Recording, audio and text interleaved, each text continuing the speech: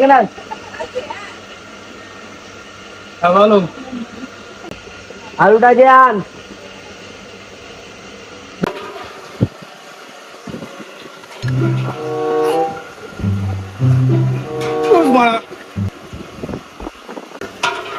তোমার বড় বালের হেল্পার গুলো কোথায় গেল? বড় টাকার দ্বারাই হয় নাকি?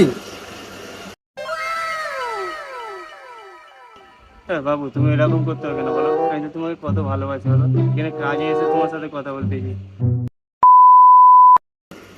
বিড়ি না খেলে হবে না ভদ্র ছেলে। এ বালের হেল্পার গুলো ভাড়া। ওই বালের হেল্পার এখানে আয়। কি হলো? ভাড়া যাচ্ছি, দাঁড়াও।